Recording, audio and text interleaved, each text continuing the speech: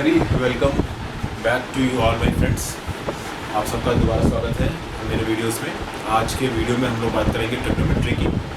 ठीक है, बहुत दिन से मेरे को थोड़ा हाथ में प्रॉब्लम थी, इसलिए मैं अपनी वीडियो अपलोड नहीं कर पा रहा था, बट आज से हम लोग वापस अपने उसी शेड्यूल में आ जाएंगे।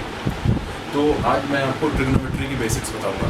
ठीक है, अगर कैट के पर्सपेक्टिव से आप देखते हैं तो ये जो बेसिक्स हैं आपको सिर्फ एज अ जैसे ये फॉर्मूलाज मैंने आपके सामने लिखे हैं, ये मैं कुछ फिगर बना के आपको बताऊंगा। ये क्वाड्रेंट बना रखे हैं मैंने आपके सामने अलग अलग। तो अगर आप कैट के पर्सपेक्टिव से बोल रहे देखेंगे तो बस क्वेश्चन की बेसिक अंडरस्टैंडिंग में ही आपको काम आएगा, बट अगर आप SSC CGL के पर्सपेक्टिव से देखेंगे तो डायरेक्ट इनसे सवाल आएगा। So friends, what the basics that I am going to tell in the starting of this video, when you look at them from the perspective of CAT, then it is going to help you only in the basic side. But when you are going to look from the perspective of SSC CGL, then direct questions will be asked from these type of concepts from SSC CGL, Bank PO, RBI, Grade B and exam. So friends, आ जाते हैं हम लोग इस पे। पहली बात, जब हम बात करते हैं ट्रिग्नोमेट्री की, ठीक है, जब हम बात करते हैं ट्रिग्नोमेट्री की, और ट्रिग्नोमेट्री के लिए जब मैं आपको इस रीजन में चलूँगा, फॉर एग्जाम्पल ये साइन कॉस टैन के सामने मैंने आपके सामने चीज़ लिख रखी है, बद्री प्रसाद हर बोले, और ये एक फिगर बना रखा है। आप समझ जाएंगे कि ये फिगर एक 90 डिग्री है। ठीक है, तो अभी जो शुरुआत में मैं जितनी चीज़ें आपको बता रहा हूँ ये बेसिकली सिर्फ एक राइट एंगल ट्राइंगल में एप्लीकेबल है। So friends, right now in the starting which are the things that I am going to tell you, these are applicable only in the case of our right angle triangle. तो मैंने suppose किया कि ये एक right angle triangle और right angle ये वाला angle है, 90 डिग्री का साइन बना हुआ है यहाँ पे। आप समझ सकते हैं कि ये जो साइड खड़ी हुई है इसको मैंने परपेंडिकुलर माना है स्मॉल p, ये जो साइड नीचे है इसको मैंने बेस माना है स्मॉल p, और इस साइड को मैंने माना है हाइपोटेनस। ये होते हैं आपके एक राइट एंगल ट्राइंगल में, और इसको मैंने परपेंडिकुलर किस हिसाब से माना है, क्योंकि इसके अपोजिट वाली एंगल को मैंने थीटा माना है। तो इस एंगल थीटा के रिस्पेक्ट में ये साइड परपेंडिकुलर है, ये साइड बेस है, इसलिए मैंने इसको p से डिनोट किया है, p से डिनोट किया है।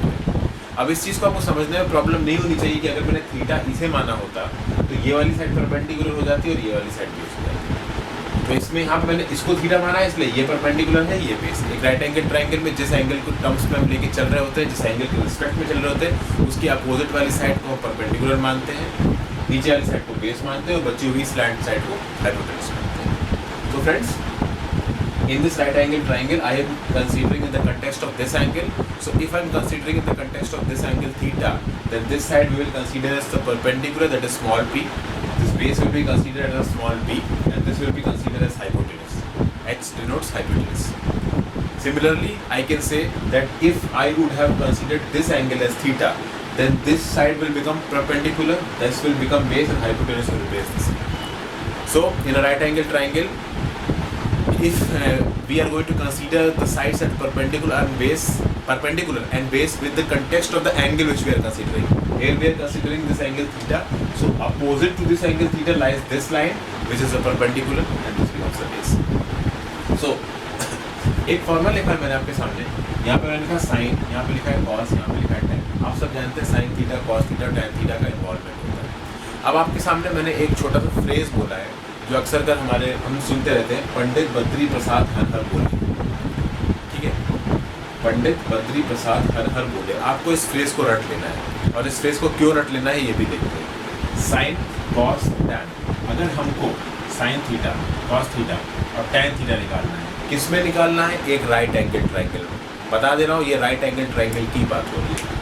तुमको sine theta, cos theta, tan theta निकालना है। मैंने तीनों को एक ऑर्डर में लिख दिया, साइन थीटा पहले, फिर कॉस थीटा, फिर टैन थीटा। फिर मैंने ये जो फ्रेज बोला था उसको मैंने पढ़ा, तो मैंने पहले पढ़ा पंडित, सबसे पहला वर्ड पंडित, उसको साइन थीटा नीचे लेना। दूसरा वर्ड बद्री, उसको कॉस थीटा नीचे लेना। तीसरा वर्ड प्रसाद, उसको मैंने फिर से टैन थीटा के अंदर लिखा। फिर उसके बाद हर, साइन थीटा के अंदर फिर से एक बार हर, कॉस थीटा के अंदर बोले, टैन थीटा के अंदर। ठीक है, तो पंडित बद्री प्रसाद हर हर बोले। अब ये पंडित किस वर्ड से शुरू हो रहा है? पी से शुरू हो रहा है। ये हर किससे शुरू हो रहा है? एक्स से शुरू हो रहा है। बीच में एक डैश लगा दीजिए। यहाँ पर क्या निकल के आ गया? साइन थीटा आपका निकल के आ जाएगा perpendicular by hypotenuse. Sine theta will come out as perpendicular by hypotenuse. Similarly cos theta में पहले आ रहा है बद्री, तो बद्री किससे शुरू हो रहा है? बी से, और हर किससे शुरू हो रहा है? एक्स से। तो ये क्या हो जाएगा? B by x. So cos theta क्या बन जाएगा? Base by hypotenuse. Cos theta will become base by hypotenuse. This B denotes base, this h denotes hypotenuse. Similarly here this p denotes perpendicular, this h denotes hypotenuse. Now coming on to tan theta. tan theta पे देखिए प्रसाद है, पहला word P है, तो ये P किसको denote करेगा? Perpendicular. और नीचे B है, ये B किसको डिनोट करेगा? बेस को। तो tan थीटा क्या बन जाएगा? Perpendicular by base. ठीक है, तो आप लिख सकते हैं sin theta perpendicular by hypotenuse, cos theta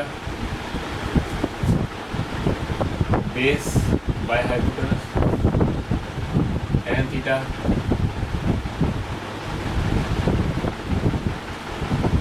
perpendicular by base. तो ये फॉर्मूला हमने डिराइव कर लिया। sin थीटा आपका क्या हो गया? परपेंडिकुलर बाय हाइपोटेनस हो गया। cos थीटा आपका क्या हो गया? बेस बाय हाइपोटेनस हो गया। tan थीटा आपका क्या हो गया? परपेंडिकुलर बाय बेस हो गया। So friends, what I have talked till now is a very simple thing, that this Pandit starts from the letter P. This Har starts from the letter H. So P upon H. P here denotes perpendicular, H here denotes hypotenuse. So sin theta becomes P by H, that is perpendicular by hypotenuse. So I have written it sin theta is equals to perpendicular upon hypotenuse. This PERP is perpendicular, this HYP is hypotenuse. There's a less space, so I have written in short. Then comes cos theta. Beneath cos theta, I have told you two words, Badri and Har. So Badri starts with the letter B, so B denotes base. Har starts with the letter H, so H denotes hypotenuse. So what does cos theta becomes? Cos theta becomes base upon hypotenuse. So I wrote here as cos theta is equals to base upon hypotenuse. Then we come next. What is next? Next is tan theta. Tan theta, here is Prasad. Prasad starts with P. P denotes perpendicular. Here is Bole. Bole starts with B. B denotes base. So it becomes perpendicular by base. So tan theta will become perpendicular by base. There is one more formula. The formula is something like this. Tan theta is equals to sin theta upon cos theta. एक और formula है यहाँ पे लिखा हुआ है जिसमें आपको tan थीटा बराबर sin theta upon cos theta दे रखा है। तो इसमें आप ये भी कर सकते हैं कि sin थीटा की जगह आप परपेंडिकुलर बाय हाइपोटेनस लिख दीजिए ऊपर, cos थीटा की जगह नीचे आप लिख दीजिए base by hypotenuse. Hypotenuse hypotenuse cut जाएगा और परपेंडिकुलर बाय बेस बचेगा। देख लेते, करके देख लेते। sin थीटा की जगह आप लिखिए यहाँ पे परपेंडिकुलर बाय हाइपोटेनस और cos थीटा की लिखिए बेस बाय हाइपोटेनस। ये हाइपोटेनस हाइपोटेनस कट जाएगा और परपेंडिकुलर बाय बेस बचेगा। तो यहाँ से भी मैंने tan थीटा की वैल्यू क्या डिराइव कर ली? Perpendicular by base. So friends, in this tan theta is equals to sin theta upon cos theta, by substituting the value of sin theta as perpendicular by hypotenuse and substituting the value of cos theta as base by hypotenuse, this hypotenuse gets cancelled out and I get b by b, that is perpendicular by base. So again that formula is proved, tan theta is equals to perpendicular by base. So we are able to prove the formula of sin theta, cos theta and tan theta in terms of perpendicular, base and hypotenuse. And this is applicable only to a right angle triangle. This thing I think should become clear to you. Okay friends? So this was the first thing that I told you today. Now after this, ये पहली चीज़ थी जो आज अपने आप देखी आपको, ये पहली sin theta, cos theta, tan theta क्या है, बेस के टर्म्स में, हाइपोटेनस के टर्म्स में और परपेंडिकुलर के टर्म्स में। अब अगली चीज़ पे आते हैं। अगली चीज़ ये है कि sin थीटा लिखा है तो ठीक है, अगर हम 1/sin थीटा लिखते तो ये क्या हो जाएगा? If I am going to write 1/sin theta, then it will become equals to cosec theta. Okay, this will become equals to cosec theta. उसी तरीके से अगर हम 1/cos theta लिख दें तो 1/cos theta, वैसे तो cos theta base by hypotenuse है, लेकिन 1/cos theta को हम क्या मानेंगे? sec theta. उसी तरीके से मैं 1/cot theta 1/tan theta लिख दूँ तो 1/tan theta आपको क्या बन जाएगा? cot theta. तो 1/sin theta क्या है? cosec theta है। 1/cos theta क्या है? sec theta है। 1/tan theta क्या है? cot theta। अब इस sin theta की वैल्यू आपको पता है perpendicular by hypotenuse. sin theta की वैल्यू आपको पता है परपेंडिकुलर बाय हाइपोटेनस। तो इस sin theta की उल्टा कर देंगे, 1/sin theta कर देंगे तो उसकी वैल्यू क्या हो जाएगी? Hypotenuse upon perpendicular. तो इस cosec theta की वैल्यू कितनी हो जाएगी? Hypotenuse upon perpendicular. So what I have done, friends, I have seen that 1/sin theta is equals to cosec theta. Okay, sin theta is perpendicular by hypotenuse. So if I am going to reverse the sin theta and make it 1/sin theta, then it will become cosec theta. And it is, if it becomes 1/sin theta, then this reverses, then this becomes hypotenuse upon perpendicular. So here it becomes hypotenuse upon perpendicular. Similarly here, यहाँ पे 1/cos theta को sec theta माना है। cos theta कितना है? Base बटा hypotenuse है। तो sec थीटा कितना हो जाएगा? हाइपोटेनस अपॉन बेस हो जाएगा। तो sec theta will become hypotenuse upon base. मैं कुछ इसमें स्पेशल नहीं कर रहा हूँ, मैं बस उन फॉर्मूले को पलट दे रहा हूँ क्योंकि यहाँ पे भी ये पलटे हुए हैं। I am not doing anything special, I am just reversing the formulas, doing the reciprocal, because sin theta reciprocal is happening here, so obviously perpendicular upon hypotenuse reciprocal will happen, that will become hypotenuse by perpendicular. Similarly this cot theta will become base by perpendicular.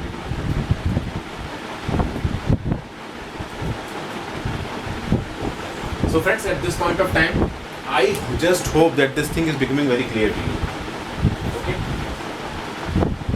just think about it and try to learn in this manner.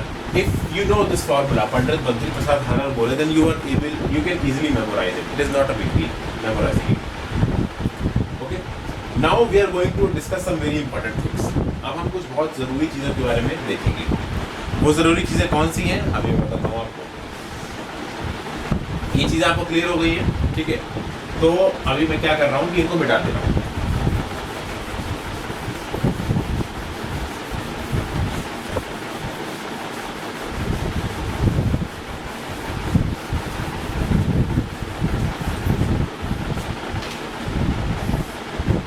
और अभी आप इस right side वाले figure पे ध्यान मत दीजिए, अभी आप सिर्फ इन फॉर्मूलोज पे ध्यान दीजिए. ये कुछ बहुत बेसिक फॉर्मूलेस मैंने आपके सामने लिखे हैं, अभी ये सारे नहीं हैं.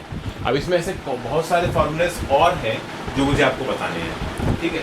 ये सबसे basic tan theta is equal to sin theta upon cos theta तो मैंने आपको बता दिया. बाकी ये कुछ फॉर्मूले आपके सामने लिखे हुए हैं. यहाँ पे कोई फॉर्मूला लिखा था tan 2 theta is equal to 2 tan theta upon 1 minus tan square theta, उसको मैं अलग से टेकअप कर दूँगा. फिर आप चलिए इतने ही देख लेते हैं. ये सबसे बेसिक फॉर्मूला है. पहला क्या है, sin square theta plus cos square theta is equal to 1. हम में से ज़्यादातर लोगों को पता होगा. Then the next is 1 plus tan square theta is equal to sec square theta. ये भी हम में से ज़्यादातर लोगों को पता है. नहीं पता है तो अभी देख लीजिए. दूसरी is 1 plus cot square theta is equal to cos square theta. फिर आता है आपका cos 2 थीटा को आप cos square theta minus sin square theta भी लिख सकते हैं. फिर आप इसको 2 cos स्क्वायर थीटा माइनस 1 भी लिख सकते हैं. फिर आप इसको 1 माइनस 2 sin स्क्वायर थीटा भी लिख सकते हैं. कुछ भी लिख सकते हैं आप इसमें. और sin 2 थीटा को आप लोग क्या लिख सकते हैं, 2 sin थीटा. ये फॉर्मूले हैं. अब यार आपके दिमाग में आएगा कि ये कैसे हो रहा है, क्यों हो रहा है ऐसा, ठीक है? तो यार sin square theta plus cos square theta 1 क्यों हो रहा है देख लेते हैं. हमने यहाँ sin थीटा की वैल्यू कितनी निकाली, परपेंडिकुलर बाय हाइपोटेन्यूज, इसको p बाई h भी बोल सकते हो. cos थीटा क्या निकाली, बेस बाय हाइपोटेन्यूज, इसको b बाई h भी बोल सकते हो. tan थीटा क्या निकाली, p बाई बे, ये भी बोल सकते हो. sin square theta plus cos square theta लिख रखा है. sin थीटा की जगह आप क्या लिखोगे, p square by h square, क्योंकि sin स्क्वायर है तो p बाई h का whole square plus cos theta की जगह क्या है, b बाई h. तो ये क्या हो जाएगा, b स्क्वायर. ये किसके बराबर हो जाएगा आपका, इसके बराबर हो जाएगा आपका p square plus b square upon h square. लेकिन आप ध्यान दीजिए कि ये एक राइट एंगल ट्राइंगल है, ठीक है? और एक राइट एंगल ट्राइंगल में परपेंडिकुलर का स्क्वायर और बेस का स्क्वायर हमेशा 1 के बराबर होता है. एक राइट एंगल ट्राइंगल में परपेंडिकुलर का स्क्वायर और बेस का स्क्वायर हमेशा हाइपोटेन्यूज के स्क्वायर के बराबर होता है. सॉरी 1 मैंने गलती से बोल दिया. परपेंडिकुलर का स्क्वायर और बेस का स्क्वायर हमेशा हाइपोटेन्यूज के स्क्वायर के बराबर होता है. We have already discussed that is an right angle triangle, sum of the squares of perpendicular and base is equal to the square of the hypotenuse. So obviously this p square plus b square will become equals to h square. So this becomes h square upon h square. This becomes 1. Hence this equation is proved. तो हमने क्या किया कि sin theta और cos theta की जगह पे जो मैंने फॉर्मूले डिराइव किए थे p by h, b by h, उनको रिप्लेस किया और जब उनको सॉल्व किया तो मुझे आखिरी में 1 मिल गया. तो हमारा ये फॉर्मूला प्रूव हो गया. उसी तरीके से आप 1 plus tan square theta is equal to sec square theta के लिए भी कर सकते हैं. उसी तरीके से आप 1 plus cot square theta is equal to cosec square theta के लिए भी कर सकते हैं. करके देखते हैं. 1 plus tan square theta is equal to sec square theta के लिए करते हैं. लिखते हैं 1 plus what is tan theta. tan theta is p by b. tan theta क्या है, परपेंडिकुलर बाई बेस. तो आप यहाँ पे क्या लिखेंगे, p square by b square. ठीक है, इसको आप क्या लिख सकते हैं, इसको आप लिख सकते हैं b square plus p square by b square. और अभी आपको बताएंगे b square plus p square h square के बराबर है. h square by b square. ये h कैपिटल लिख रहा हूँ, ये स्मॉल है, एक ही बात है, कोई खास फर्क नहीं पड़ता. ठीक है, ये हाइपोटेन्यूज है, ये बेस है. तो h square upon b square आ गया. अब ये तो हमने 1 प्लस tan स्क्वायर थीटा की वैल्यू निकाल ली है. I have to prove this 1 plus tan square theta is equal to sec square theta. sec theta की वैल्यू क्या हो जाएगी, sec theta is equal to 1 upon cos theta. Okay, cos theta क्या है, cos theta base by hypotenuse है. तो cos theta is based by hypotenuse. cos theta का उल्टा कर देंगे 1 cos थीटा कर देंगे तो कितना हो जाएगा, वो हो जाएगा hypotenuse by base. 1 cos theta क्या होता है, sec थीटा होता है। तो 1 cos थीटा जो कि आपका क्या बनेगा, sec थीटा बनेगा, वो क्या हो जाएगा हाइपोटेनस अपॉन बेस। तो वो किसके बराबर हो जाएगा, h square upon b square के बराबर, और ये आ चुका है। यानी कि ये जो हमारा फॉर्मूला है ये भी सही है। बेसिकली हमने क्या किया, हमने tan थीटा की जगह हाइट बेस परपेंडिकुलर बेस और हाइपोटेनस के टर्म्स में वैल्यूज पुट करी, sec थीटा की जगह प्रूव की, और ये इक्वेशन मैंने प्रूव करी। सिमिलरली ये इक्वेशन भी प्रूव होगी और ये दोनों इक्वेशन भी काफ़ी कुछ इसी तरीके से प्रूव होगी। हालांकि इनको प्रूव करने के लिए अभी आपको थोड़ा सा और चीज़ों को समझना पड़ेगा। ठीक है, ये बताया मैंने आपको प्रूफ, ये प्रूफ बताया। इसका प्रूफ वैसे बताने की जरूरत तो नहीं पड़नी चाहिए अब। The proof of this doesn't need to be told to you now because we have discussed these two proofs, but still we can solve it again. तो मैं इसका प्रूफ भी कर ही देता हूँ, लगे हाँ। 1 + cot square theta. cot theta क्या होता है, tan थीटा का उल्टा होता है।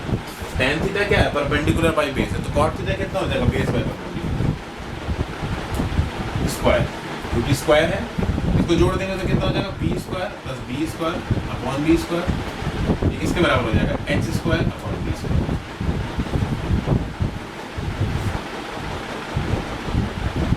सॉरी, यहाँ नीचे p है तो ये p होगा, तो ये h square upon p square हो गया। ठीक है, राइट साइड पे क्या है, राइट साइड पे cosec स्क्वायर थीटा है। cosec थीटा क्या होता है, sin थीटा का उल्टा होता है। तो sin theta perpendicular by hypotenuse है, परपेंडिकुलर बाय हाइपोटेनस यानी p/h। तो उल्टा sin थीटा क्या है, यानी 1 sin थीटा कितना हो जाएगा, h/p, यानी cosec थीटा हो जाएगा h/p। तो cosec स्क्वायर थीटा कितना हो जाएगा, h square by p square, और वही हमने यहाँ पे निकाला है। तो हमारा ये वाला फॉर्मूला भी प्रूव हो जाएगा, यानी 1 + cot square theta is equal to cosec square theta हो जाएगा। ये 3 फॉर्मूले हमने प्रूव कर लिए हैं। नीचे के 2 फॉर्मूले आप लिख लीजिए, उनको याद कर लीजिए, उनकी यूटिलिटी मैं आपको थोड़ी देर बाद बताऊंगा।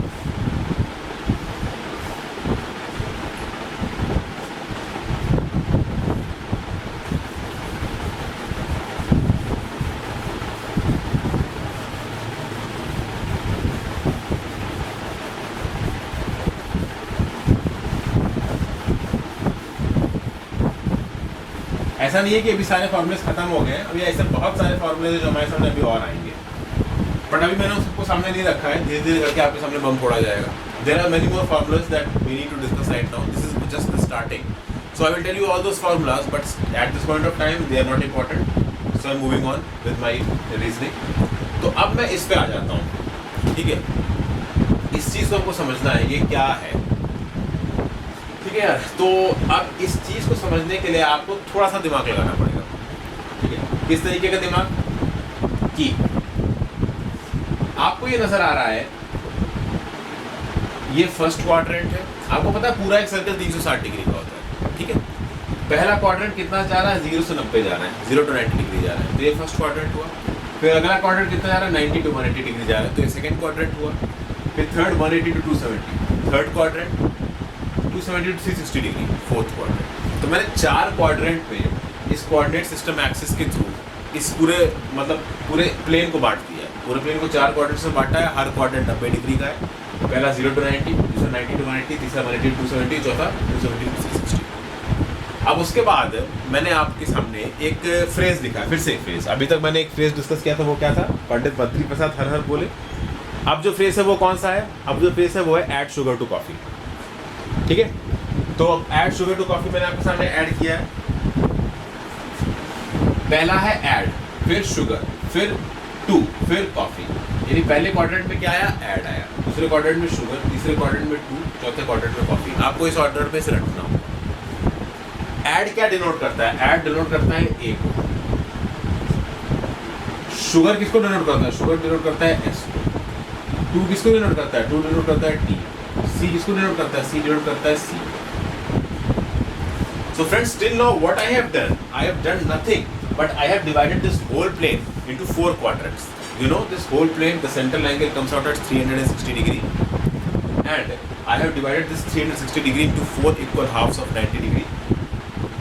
The first quadrant comes out to be 0 to 90 degree. The second quadrant comes out to 90 to 180 degree. The third quadrant comes out to be 180 to 270. Fourth quadrant 270 to 360. And I have denoted all the 4 quadrants, all the 4 different quadrants by a phrase. This phrase has 4 words. That is, add sugar to coffee.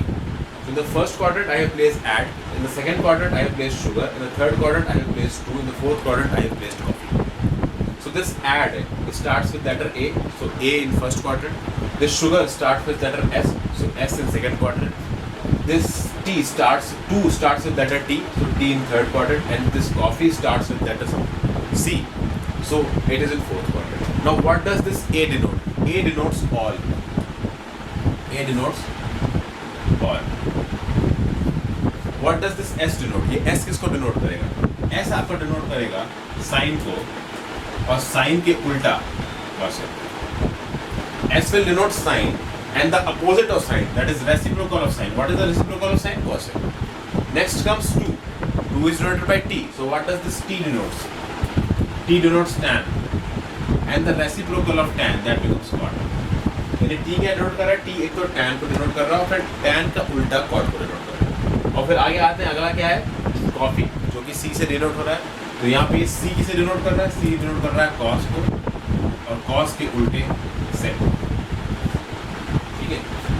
So friends, this C is denoting cos and the reciprocal of cos, that is sec. So this is, the purpose of memorizing this phrase add sugar to coffee. यही मतलब है कि हमने इस phrase को क्यों रटा है, add sugar to coffee.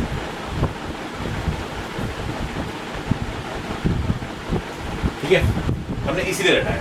तो add a sugar, यानी कहने मतलब है a, यानी all कौन कौन से हो गए? साइन भी हो गया, cosec भी हो गया, tan भी हो गया, cot भी हो गया, cos भी हो गया, sec भी हो गया. यानी कि इस क्वाड्रेंट पे, यानी फर्स्ट क्वाड्रेंट पे जितने भी हैं sine, cos, tan, cosec, sec, ये सब पॉजिटिव होंगे. इसमें सब पॉजिटिव होंगे. All are positive.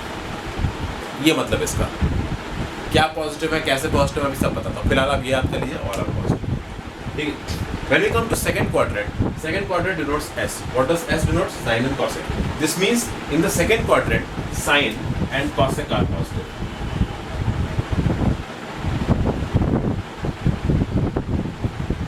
अब आप ये मेमोराइज कर लीजिए. You memorize that in the second quadrant, sine and cosec are positive. Similarly, we move on to the third quadrant. In the third quadrant is T. What is T? T is tan and cot. Tan and cot are positive. So you have to memorize कि यहाँ पे tan और cot positive. ठीक है. यहाँ पे all positive, sin, cosec positive, tan, cot positive. And what is the third? Coffee. Okay. So coffee is C. What is cos and sec? So cos, sec, positive. ठीक है. 4 quadrant दिख गया आपको. पहले में सारे पॉजिटिव, दूसरे में आपका S पॉजिटिव यानी साइन और कॉसेक पॉजिटिव, साइन और साइन का उल्टा, फिर टैन और कॉट पॉजिटिव, टैन और टैन का उल्टा, और फिर कॉफी यानी C, कॉस और सेक. अब फ्रेंड्स, ये पॉजिटिव करने का क्या रीज़न है? ठीक है, ये पॉजिटिव करने का क्या रीज़न है, हमको ये समझना है. ठीक है, तो समझते हैं. हमें रेंजेस बनानी पड़ेंगी. We have to make the range. और रेंज हमें क्यों बनानी पड़ेंगी? हमें रेंज इसलिए बनानी पड़ेंगी क्योंकि हमको पता करना पड़ेगा कि हम जिस रेंज की भी बात कर रहे हैं वो कौन से क्वाड्रेंट में लाई कर रहा है. ये हमारा ऑब्जेक्टिव होगा. The objective of distributing this whole plane into 4 quadrant is that we have to find out that range into which our value is lying. देखते हैं कैसे. जैसे मान लीजिए कि आपके सामने कुछ इस तरीके से लिखा है, साइन ऑफ 90 minus theta.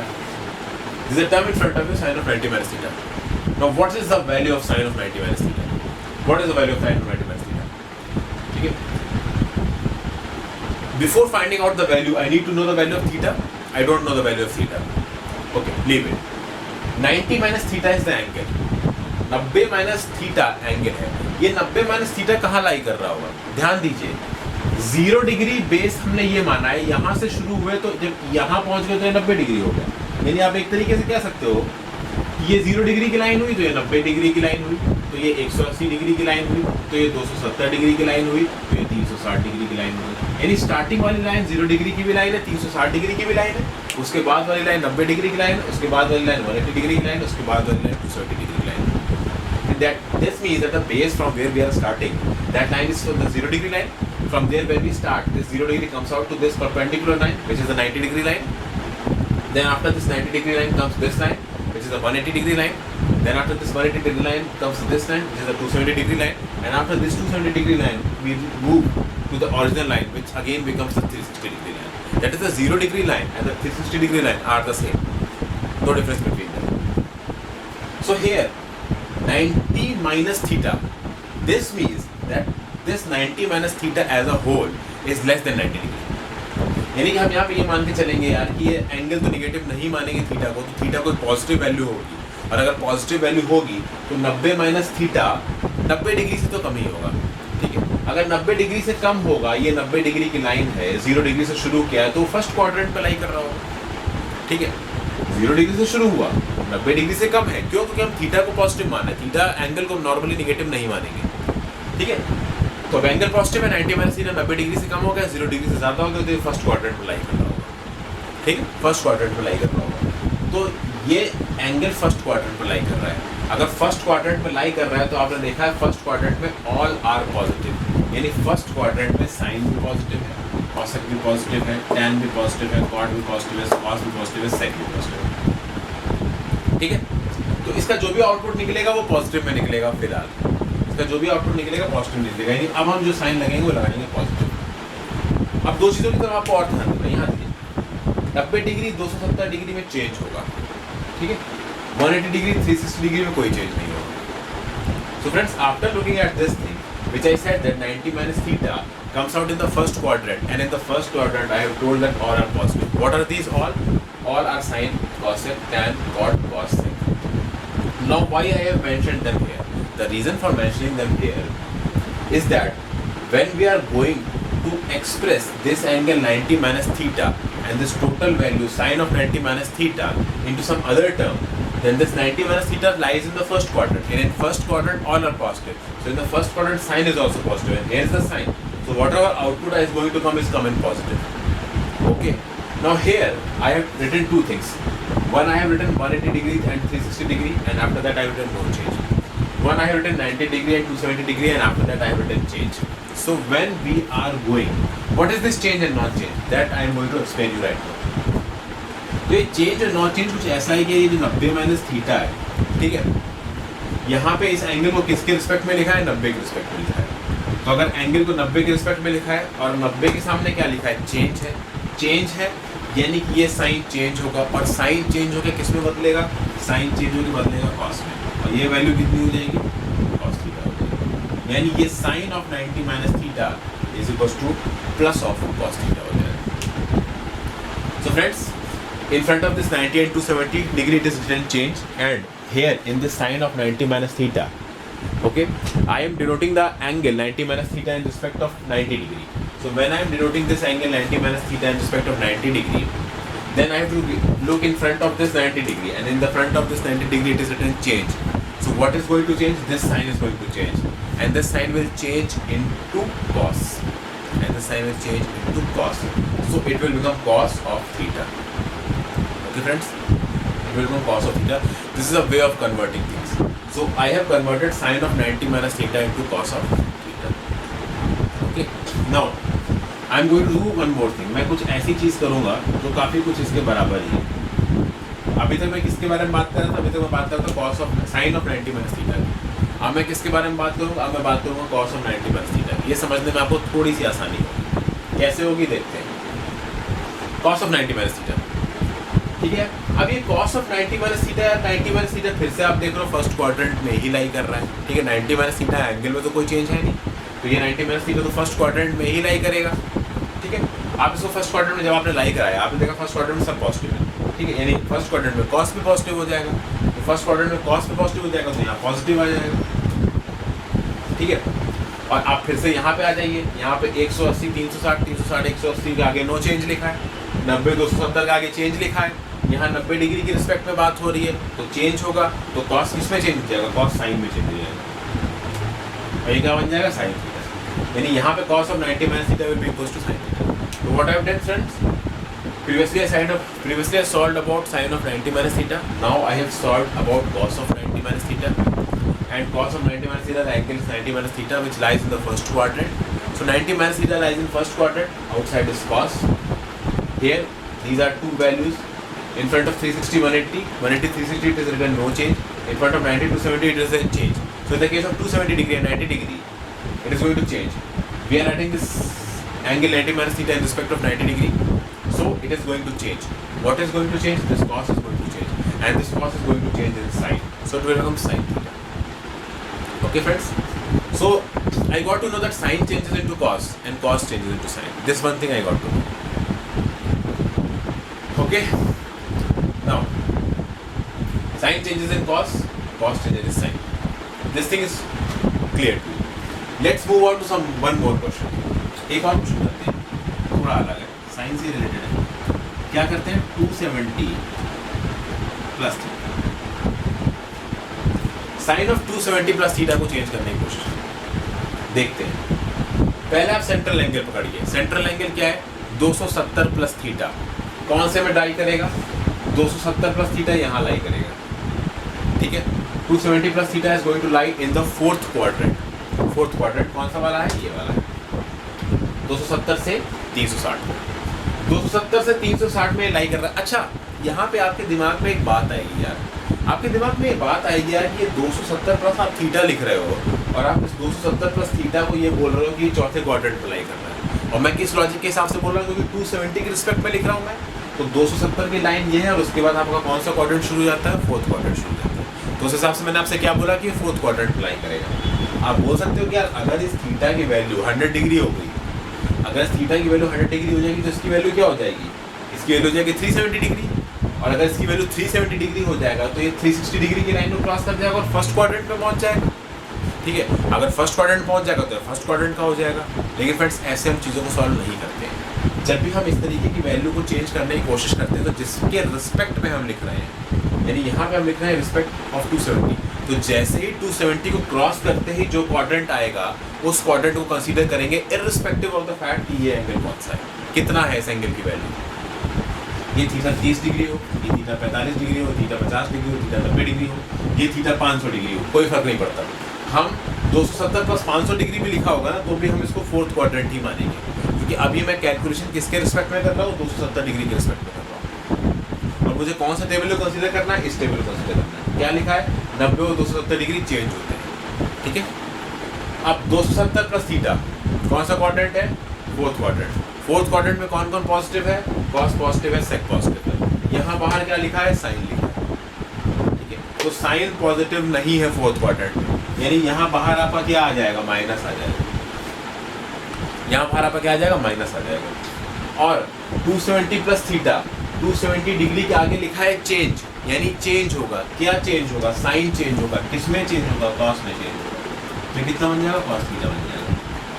यानी साइन ऑफ 270 प्लस थीटा किसके बराबर हो जाएगा? माइनस ऑफ कॉस थीटा के बराबर.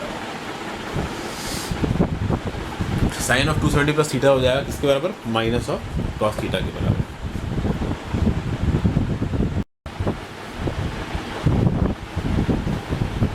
तो फ्रेंड्स, हमने ये देख लिया conversion of sine of 270 plus theta into minus of cos theta. अभी हमने ये दो चीज़ें देखी हैं. अब इसके बाद आते हैं उसी तरीके से यहाँ पे मैंने साइन ऑफ 90 माइनस थीटा को कॉस थीटा में बदला, फिर कॉस ऑफ 90 माइनस थीटा को बदला, साइन ऑफ 270 प्लस थीटा देखा. अब मैं क्या करता हूँ? अब मैं कॉस ऑफ 270 प्लस थीटा को बदलता हूँ. Now I am going to change cos of 270 plus theta. तो अब फिर से वही लॉजिक है यार. कॉस ऑफ 270 प्लस थीटा में क्या आ रहा है? 270 प्लस थीटा आ रहा है. और 270 प्लस थीटा कौन से क्वाड्रेंट में लाई करेगा? आप देख सकते हैं 270 plus theta is going to lie in fourth quadrant. Again वही लॉजिक है. Irrespective of this value of theta, कुछ लोग बोलेंगे कि थीटा की वैल्यू अगर हम ज़्यादा बोलेंगे तो जो ओवरऑल एंगल होगा वो फोर्थ क्वाड्रेंट को एक्सीड कर देगा. बट मैंने अभी आपको बताया कि इस बात से कोई फर्क नहीं पड़ता कि थीटा की वैल्यू क्या है. मैं यहाँ पे सेंट्रल एंगल को 270 डिग्री के कंटेक्स्ट में कंपेयर कर रहा हूँ. ठीक है.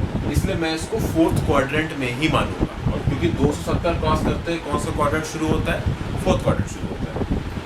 तो this 270 plus theta angle lies in the fourth quadrant. और क्या है बाहर? कॉस ऑफ 270 प्लस थीटा है. अब पहली बात तो ये आई कि ये 270 प्लस थीटा है और ये कॉस है.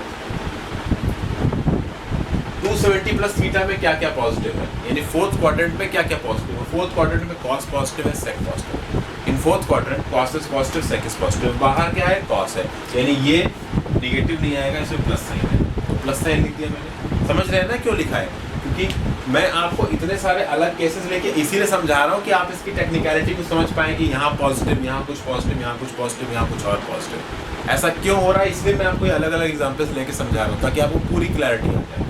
तो cos of 270 plus theta fourth quadrant है।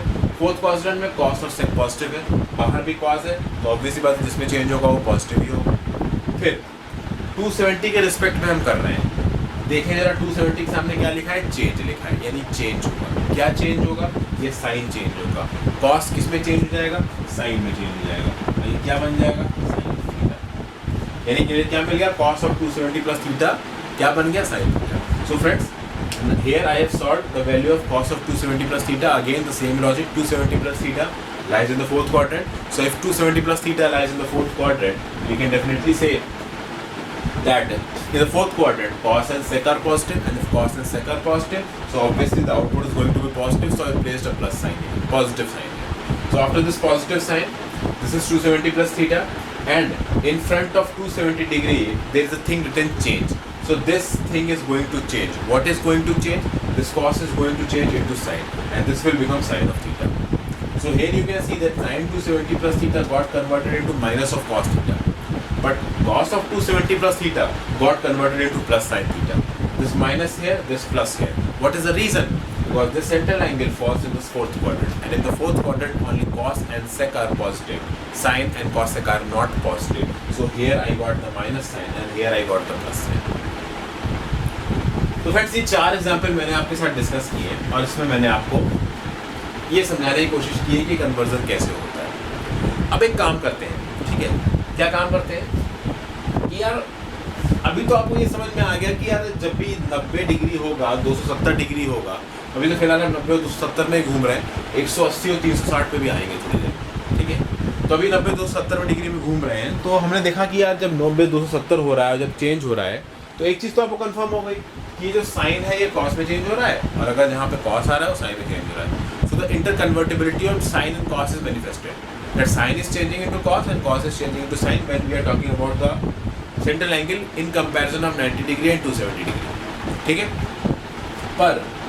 पर अगर कोई हमसे ये बोले कि यार साइन कॉस तो है, अगर यहाँ कॉसेक दे दिया जाए, या फिर अगर यहाँ सेक दे दिया जाए, या फिर अगर यहाँ टैन दे दिया जाए, या फिर अगर यहाँ कॉट दे दिया जाए, फिर उस केस में हम क्या करेंगे, ये हमारे दिमाग में नेचुरल सा सवाल आ सकता है। तो उस केस में देखते हैं हम क्या करेंगे, ठीक है। साइन ऑफ 90 माइनस थीटा है। अब मान लीजिए सपोज करता हूँ कि मुझे यार क्या नाम से कॉसेक 90 माइनस थीटा निकालना है, ठीक है, मुझे कॉसेक 90 माइनस थीटा निकालना है। तो अब यार कॉसेक 90 माइनस थीटा बेसिकली क्या होगा, कॉसेक 90 माइनस थीटा कितना हो जाएगा, 1/sin ऑफ 90 माइनस थीटा, ठीक है। कॉसेक 90 माइनस थीटा मुझे निकालना है, तो मैं क्या निकालूंगा, 1/sin ऑफ 90 माइनस थीटा, क्योंकि भाई साइन का उल्टा कॉसेक होता है, कॉसेक का उल्टा साइन होता है, और 1/sin 90 माइनस थीटा क्या है, कॉस थीटा, तो 1/sin 90 माइनस थीटा क्या हो जाएगा, 1/cos थीटा, और 1/cos थीटा क्या हो जाएगा, सेक थीटा। यानी अगर मैं कॉसेक ऑफ 90 माइनस थीटा की बात करूंगा तो वो किस में बदल जाएगा, वो बदल जाएगा सेक थीटा, ठीक है, वो बदल जाएगा sec theta. Whenever I am going to talk about cosec of 90 minus theta, it is going to change into sec theta. यहाँ से देखो, यहाँ से देखो, 90 minus theta फर्स्ट क्वाड्रेंट में सब पॉजिटिव है, 90 डिग्री है तो चेंज होगा, क्योंकि 90 डिग्री के सामने चेंज लिखा है, और कॉसेक किस में चेंज हो जाएगा, सेक थीटा में चेंज हो जाएगा। तो आप यहाँ पे रख लीजिए कि कॉसेक थीटा किस में चेंज हो जाएगा, कॉसेक चेंज होगा सेक में, सेक चेंज होगा कॉसेक। एक और बार चेक करते हैं, सिमिलरली यहाँ देख लीजिए, ठीक है, ये कॉस ऑफ 90 माइनस थीटा है, अगर मुझे सेक ऑफ 90 माइनस थीटा निकालना है, ठीक है, तो सेक ऑफ 90 माइनस थीटा कितना हो जाएगा, सेक ऑफ 90 माइनस थीटा इसका उल्टा हो जाएगा, 1/cos ऑफ 90 माइनस थीटा, और 1/cos ऑफ 90 माइनस थीटा कितना हो जाएगा, 1/sin थीटा, जो कि किसके बराबर है, कॉसेक थीटा के। यानी आप कह सकते हो कि सेक ऑफ 90 माइनस थीटा किसके बराबर हो जाएगा, कॉसेक थीटा के। Sec of 90 minus theta comes out as cosec theta. तो यहाँ पे आपने देखा कॉसेक किस में चेंज हुआ, सेक में, सेक किस में चेंज हुआ, तो आपने क्या रटा, साइन कॉस में चेंज होता है, कॉस साइन में चेंज होता है, सेक कॉसेक में चेंज होता है, कॉसेक सेक में चेंज होता है। यहाँ से भी एक बार और देख लेते हैं। साइन ऑफ 270 प्लस थीटा लिखा है, मैं क्या करता हूँ, कॉसेक ऑफ 270 प्लस थीटा लिखता हूँ। तो पहले तो मैं इसको कन्वेंशनल मेथड से सॉल्व करने की कोशिश करता हूँ। कन्वेंशनल मेथड क्या बोलता है मुझे, कॉसेक ऑफ 270 प्लस थीटा क्या हो जाएगा, 1 upon sine of 270 plus theta. 1 upon sine of 270 plus theta किसका बराबर हो जाएगा, 1 upon minus of cos theta, जो कि किसके बराबर हो जाएगा, माइनस ऑफ सेक थीटा के बराबर। तो ये किसके बराबर हो गया, माइनस ऑफ सेक थीटा, जब इस मेथड से गए। दूसरा क्या मेथड है, कॉसेक ऑफ 270 प्लस थीटा, कौन सा क्वाड्रेंट है, फोर्थ क्वाड्रेंट है, ठीक है। बाहर क्या लगा है, कॉसेक लगा है। क्या कॉसेक इस क्वाड्रेंट में पॉजिटिव है, जवाब है नहीं, तो बाहर माइनस साइन आएगा, बाहर माइनस साइन लगा, ठीक है। फिर 270 डिग्री है, 270 डिग्री क्या किया कि क्या लिखा है, चेंज लिखा है। चेंज होगा, बिल्कुल होगा। क्या चेंज होगा, कॉसेक चेंज होगा। किस में चेंज होगा, सेक में चेंज होगा, बता चुका हूँ। तो cosec will get converted into sec. Similarly come here, ये cos ऑफ 270 प्लस थीटा है, मान लो मैं sec ऑफ 270 प्लस थीटा निकालने की कोशिश करता हूँ। अब मैं इसको कन्वेंशनल मेथड से नहीं जाऊंगा, ठीक है। मुझे sec ऑफ 270 प्लस थीटा निकालना है। कौन सा क्वाड्रेंट है, फोर्थ क्वाड्रेंट है। फोर्थ क्वाड्रेंट में cos और sec पॉजिटिव है, यहाँ sec है तो मैं बाहर बिना देखे प्लस ले लूँगा, ठीक है। 270 डिग्री में चेंज होता है, बिल्कुल चेंज होता है। sec किस में चेंज होगा, cosec में चेंज होगा, यानी ये क्या बन जाएगा, cosec थीटा।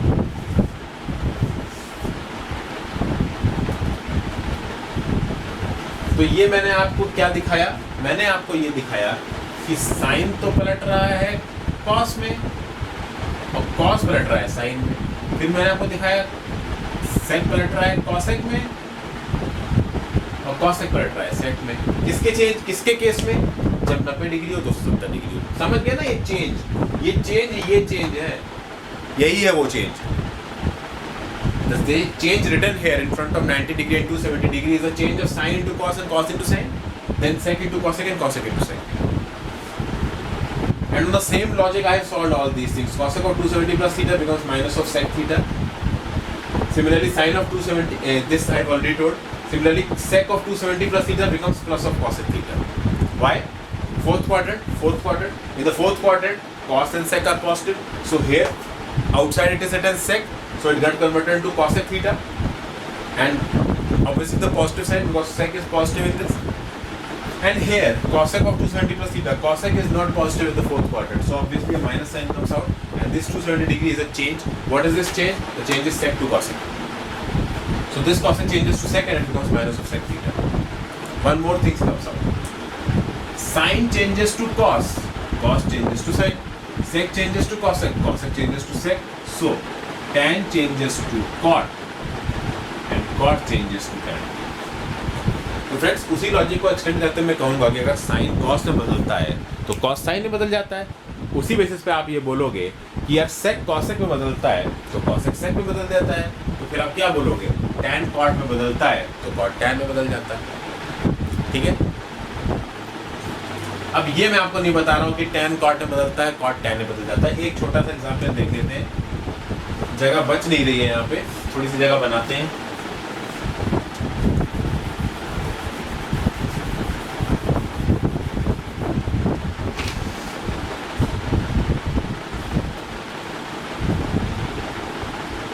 इसे देख लेते हैं, आसान सा है।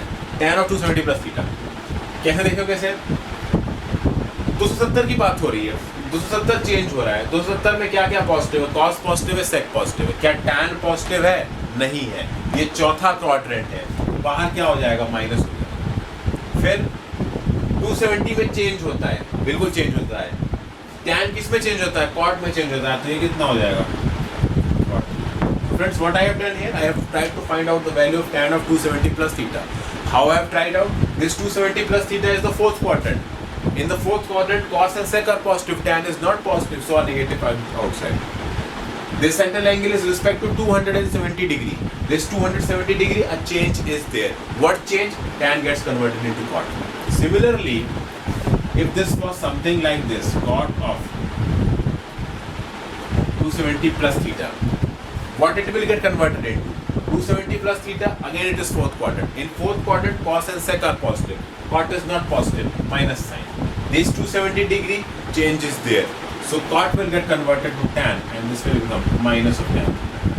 उसी तरीके से friend cot of 270 plus theta में हम क्या बोलेंगे, यानी ये 270 डिग्री प्लस थीटा क्या है भाई, आपका चौथा क्वाड्रेंट है, और चौथा क्वाड्रेंट में cos और sec पॉजिटिव है, tan cot तो पॉजिटिव है नहीं, तो बाहर माइनस साइन लग जाएगा, और 270 डिग्री के सामने चेंज हो जाता है, तो tan cot किस में चेंज होगा, tan में चेंज हो जाएगा, तो ऑब्वियसली इसका आंसर क्या हो जाएगा, माइनस ऑफ tan। ठीक है फ्रेंड्स, तो इस तरीके से कन्वर्जन्स होते हैं। यानी क्या करना पड़ेगा आपको कन्वर्जन करने के लिए, कन्वर्जन करने के लिए पहले तो आपको ये पकड़ना पड़ेगा कि आपको चार लाइनों से रेफरेंस लेना है। एक तो 360 डिग्री की लाइन है, एक 90 डिग्री की लाइन है, 180 डिग्री की लाइन है, 270 डिग्री की लाइन है। 0 और 360 डिग्री की लाइन एक ही है। उस लाइन के रिस्पेक्ट में आपको सेंट्रल एंगल को लिखना पड़ेगा, और फिर आपको ये पकड़ना पड़ेगा कि भाई वो कौन से क्वाड्रेंट में लाई कर रहा है, और फिर जिस क्वाड्रेंट में भी लाई कर रहा है उसमें फिर आपको इस फिगर को याद करना पड़ेगा। और इस फिगर में मैंने आपको बता रखा है कि भाई पहले क्वाड्रेंट में सब पॉजिटिव, दूसरे क्वाड्रेंट में एस पॉजिटिव यानी साइन कॉसेक पॉजिटिव, तीसरे क्वाड्रेंट में टी पॉजिटिव यानी टैन कॉट पॉजिटिव, चौथे क्वाड्रेंट में सी पॉजिटिव यानी कॉस सेक पॉजिटिव। फिर उस पॉजिटिव वाले कंसेप्ट को इस तरीके से यूज करते हुए उसके साथ में 180 और 300 डिग्री में 60 डिग्री में कोई चेंज नहीं, 90 270 डिग्री में चेंज है। जब भी 90 270 के रिस्पेक्ट में लिखेंगे तब चेंज होगा, 180 360 के रिस्पेक्ट में लिखेंगे कोई चेंज नहीं होगा। तो अब हम किसकी बात करेंगे, अब हम बात करेंगे 180 और 360 वाले केसेस जहाँ पे कोई चेंज नहीं हुआ है। 90 270 के बारे में बात कर ली, 180 260 के बारे में आप बात करेंगे।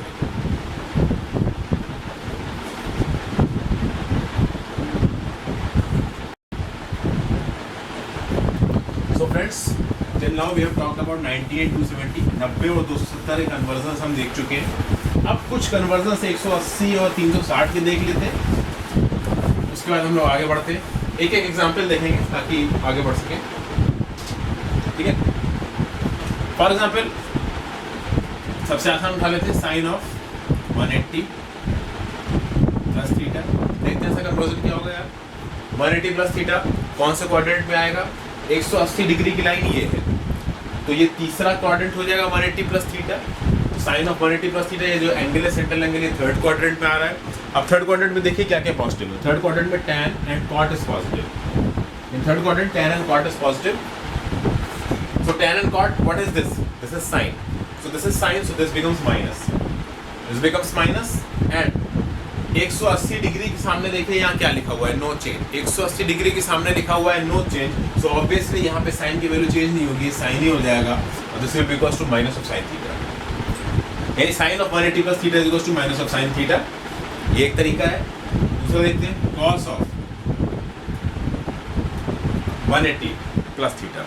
ठीक है, कॉस ऑफ 180 प्लस थीटा, फिर से देखिए कौन से क्वाड्रेंट पे लाई कर रहा है, अगेन थर्ड क्वाड्रेंट में tan and cot are positive, cos is not positive, so I'm going to place a minus outside.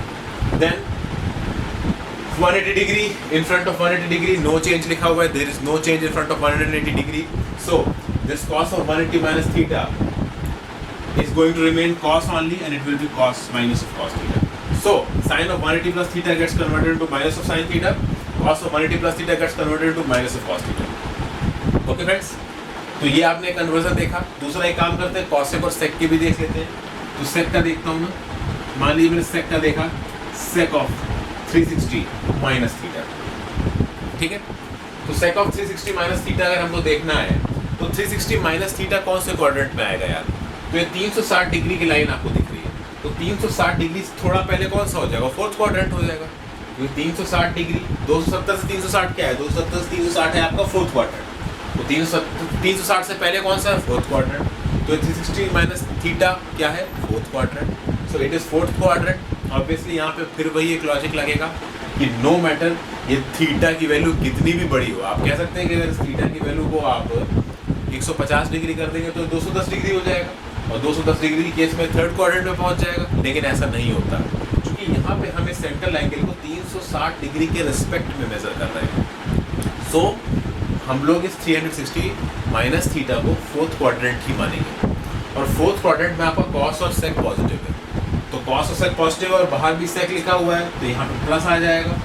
ठीक है, और 360 डिग्री है, 360 के सामने कोई चेंज नहीं है तो ये सेक का सेक ही रहेगा, ये theta. sec of 360 minus theta will be equals to sec theta। ठीक है फ्रेंड्स, तो यार ये हमने कुछ चेंज करने के तरीके देखे हैं। इसको 90 और 270 के केस में ये चेंजेस हो रहे थे जो मैं आपको बता चुका हूँ। 180 और 360 डिग्री केसेस में कोई भी चेंजेस नहीं हो रहे हैं। ठीक है, अब इसमें क्या है कि कुछ 3 क्वेश्चंस हैं। ठीक है, आप ब्लॉग पेज में देखिए, नीचे 3 क्वेश्चंस लिखे हैं। वो 3 क्वेश्चंस मैं अभी आपके साथ डिस्कस कर रहा हूँ। 3 क्वेश्चंस को देखते हैं हम लोग, थोड़ा सा उसके बाद आगे बढ़ते हैं। पहला क्वेश्चन,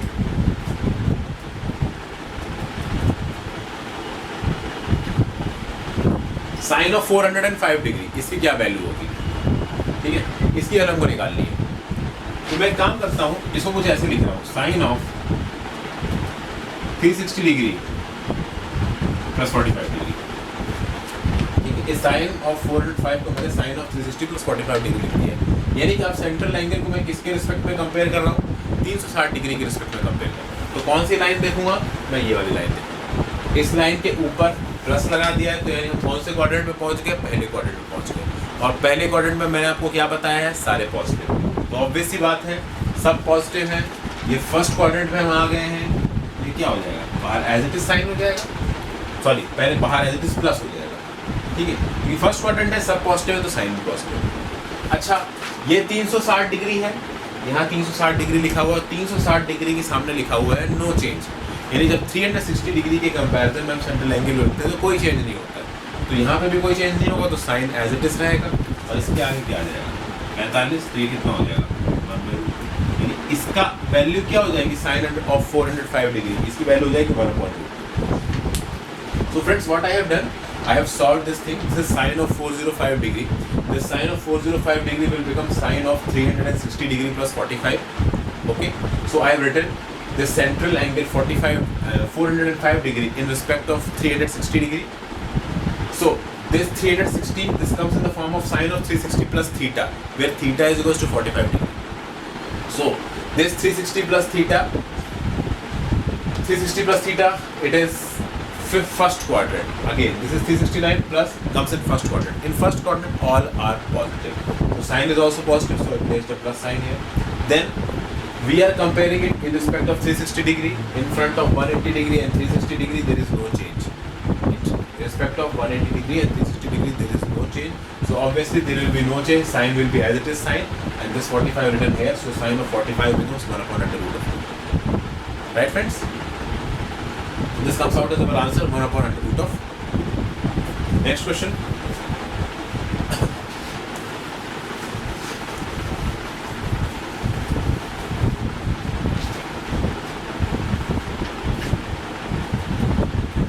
अच्छा, ये साइन 45 की डिग्री 1/√2 कैसे हुआ?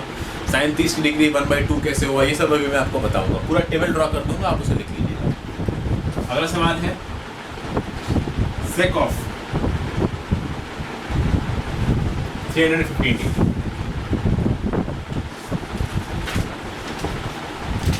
ठीक है, तो अब यार इस चीज को सॉल्व करने के कन्वेंशनल तरीके हैं। अगर आपको ज्यादा मुश्किल तरीके से नहीं जाना है, या फिर आपको डिपेंड करता है कि आपकी अंडरस्टैंडिंग कैसी है, एक काम कर सकते हैं, इसको पहले हम लोग एक और अलग तरीके से सॉल्व करते हैं। कैसे सॉल्व करेंगे? इसको 1/cos of 315 डिग्री लिख लीजिए। ये फर्स्ट तरीका है। ठीक है, डायरेक्ट नहीं सॉल्व कर रहे हैं, इसको cos को कन्वर्ट करके सॉल्व कर रहे हैं। तो जैसे आप इसको ऐसे लिखेंगे, ये बन जाएगा 1/cos 315। तो ये क्या बन जाएगा? cos of 270 degree plus 45 degree.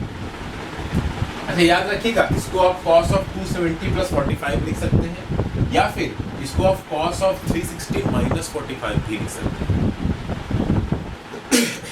क्या बोला मैंने? इसको cos of 270 प्लस 45 लिख सकते हैं, इसको cos of 360 माइनस 45 भी लिख सकते हैं। दोनों ही केसेस में वो फोर्थ क्वाड्रेंट ही रहेगा। तो मैंने कैसे लिख दिया? मैंने लिख दिया 1/270 प्लस 45। तो 270 प्लस 45 डिग्री कहाँ लाई कर रहा है? यहाँ लाई कर रहा है। कौन से क्वाड्रेंट में लाई कर रहा है? फोर्थ क्वाड्रेंट में लाई कर रहा है। फोर्थ क्वाड्रेंट में भाई क्या क्या पॉजिटिव है? cos पॉजिटिव है, sec पॉजिटिव। तो ये cos पॉजिटिव, sec पॉजिटिव, तो ऑब्वियस सी बात है, यहाँ नीचे तो पहले तो प्लस लिख दो आप। ठीक है, पहले तो हमने प्लस लिख दिया। प्लस लिखने के बाद अब यार 270 डिग्री है, तो आप इधर देखिए 270 डिग्री 90 डिग्री, इसके सामने क्या लिखा है? चेंज लिखा है। तो भाई चेंज लिखा है तो cos को चेंज करो। cos किस में चेंज करता है? साइन में। तो यहाँ पे आपको साइन, और यहाँ पे क्या हो जाएगा 45, ये किसके बराबर हो जाएगा 1/√2। आंसर क्या हो जाएगा आपका। So friends, this was the first method what I have done. I have written sec 350 degree as 1/cos of 315 degree. That means I have not solved this sec 315 degree directly. I have just first changed it into cos. So by changing it into cos, I wrote down it as 1/cos of 315 degree. Now after writing it as 1/cos of 315 degree, I manifested it as cos of 270 plus 45. Cos 270 plus 45 comes out as 315 degree. You can also write it as cos of 360 minus 45. Cos of 270 plus 45 is the same thing as it is cos of 360 minus 45. Both are the same things. So cos of 270 plus 45. What is 270 plus 45? It is the fourth quadrant. In the fourth quadrant, cos and sec both are positive. So this cos is positive in the fourth quadrant. So a plus sign comes here. Then it is 270 degree. Now here you see 270 degree, 90 degree. And in front of 270 and 90 it is written change. So if it is written change, this cos is going to change in sign, and 45 will come here, so it will become 1/√2, that becomes root. So your answer of sec 315 degree comes out as root.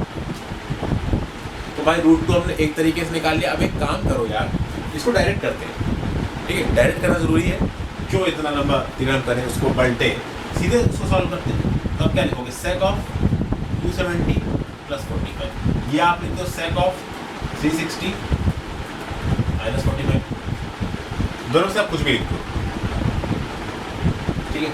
sec of 270 plus 45 लिखा, sec of 360 minus 45 लिखा। अब आप यहाँ पे देखो यार, ये 270 plus 45, 360 minus 45 दोनों ही फोर्थ क्वाड्रेंट पे लाई कर रहे हैं, कोई फर्क नहीं पड़ता, आप कुछ भी लिखिए इन दोनों, ठीक है। उसके बाद चौथा क्वाड्रेंट पे cos sec दोनों पॉजिटिव है, यहाँ पे sec sec आ रहा है पॉजिटिव है, तो यानी दोनों में आप क्या लिख दोगे, पॉजिटिव, ठीक है। 270 डिग्री, अब ध्यान दीजिएगा, ठीक है, यहाँ पे थोड़ा सा आपका गड़बड़ाएगा मामला। ये 270 डिग्री, 270 डिग्री के सामने यार आपको कुछ चेंज नजर आ रहा होगा, ठीक है। 270 डिग्री के सामने आपको कुछ चेंज नजर आ रहा होगा। क्या चेंज नजर आ रहा है, ये जो 200 आपका ये चेंज हो रहा है, किस पे चेंज हो रहा है, ये चेंज हो जाएगा आपका cos sec में, ठीक है, this will change in cos sec।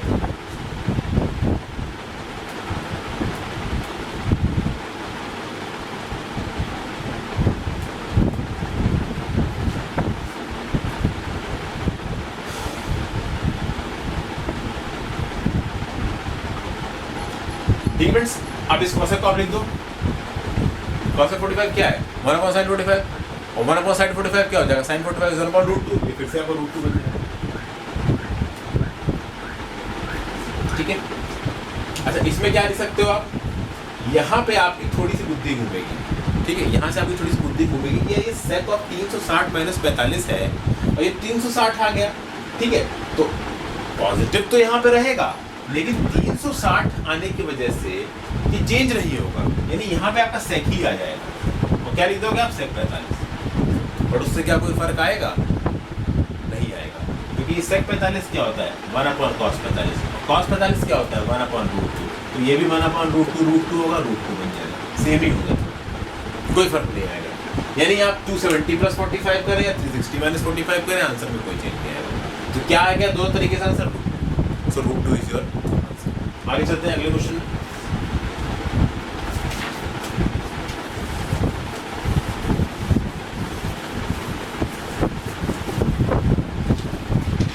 अब यार नेक्स्ट क्वेश्चन है,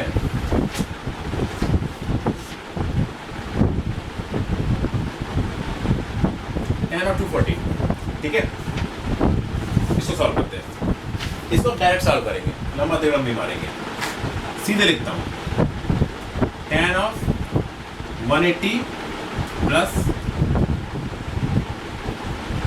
60, ठीक है। आपने क्या लिखा है इसको, tan of 180 प्लस 60, कौन सा क्वाड्रेंट है ये, आइए देखते हैं। 180 डिग्री थर्ड क्वाड्रेंट में आ गए। थर्ड क्वाड्रेंट में क्या क्या पॉजिटिव है, tan पॉजिटिव और cot पॉजिटिव, बाहर क्या आ जाएगा, पॉजिटिव, ठीक है। अंदर क्या आ जाएगा, tan 60, tan 60 क्या हो जाएगा,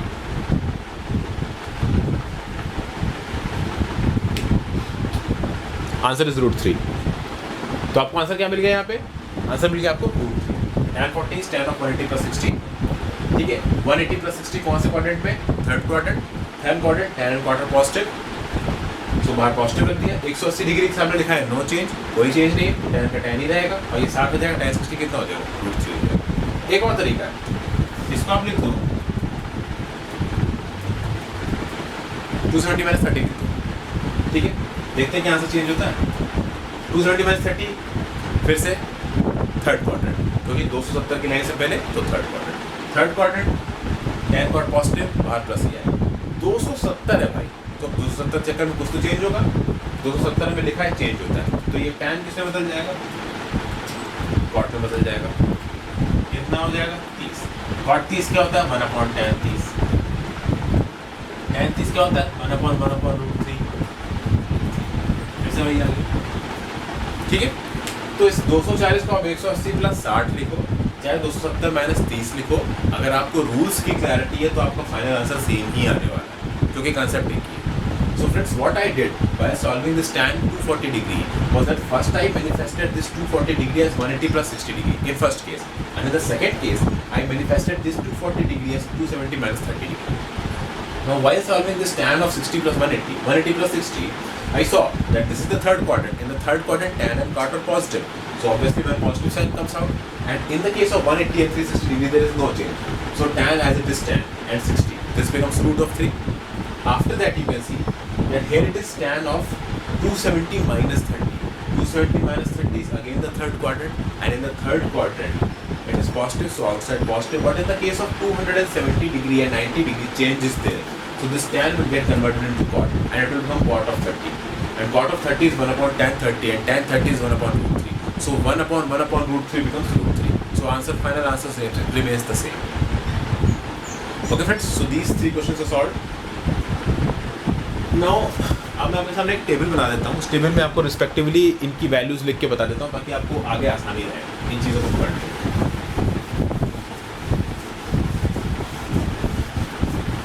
अभी फिलहाल के लिए मैं इसको मिटा दे रहा हूँ।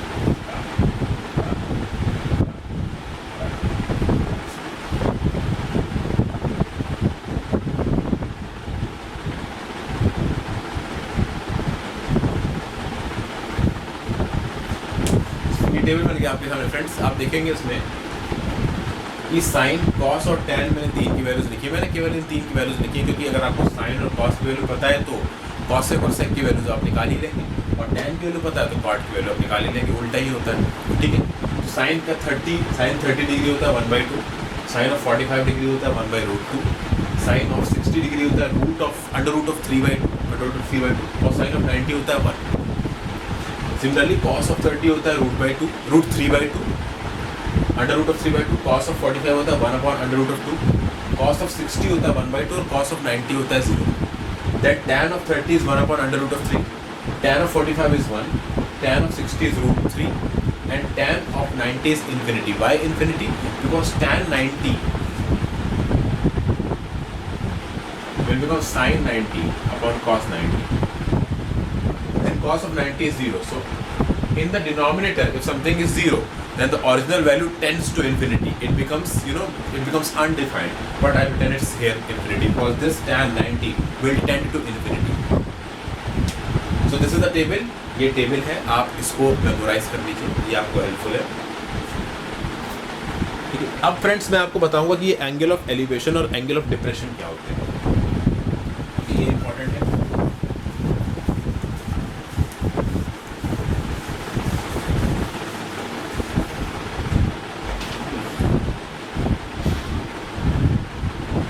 इसको हम लोग इसलिए देखेंगे क्योंकि हम लोग को ये जानना बहुत ज़रूरी है कि यार ये एंगल ऑफ एलिवेशन और एंगल ऑफ डिप्रेशन में फ़र्क क्या होता है। जब तक हम इस फ़र्क को नहीं समझेंगे, ठीक है, तब तक हम क्वेश्चन की लैंग्वेज ढंग से नहीं पढ़ पाएंगे। जैसे कि ये मान लीजिए एक पॉइंट है, ठीक है, suppose this is a point, और ये किसी बेस पे लाई कर रहा है और हमसे बोला गया कि आप इस पॉइंट से एक एंगल ऑफ एलिवेशन ड्रॉ करें। ये बोला गया आपसे बोला गया कि आप इस पॉइंट से एंगल ऑफ एलिवेशन ड्रॉ करें। तो मान लीजिए ये पॉइंट इस बेस पे लाई कर रहा है, ठीक है, और एक ऐसे टावर खड़ा हुआ है। आपसे बोला गया कि इस पॉइंट से इस टावर के टॉप पॉइंट का एंगल ऑफ एलिवेशन क्या है। The question is that from this point on the base what is the angle of elevation of the top of the tower.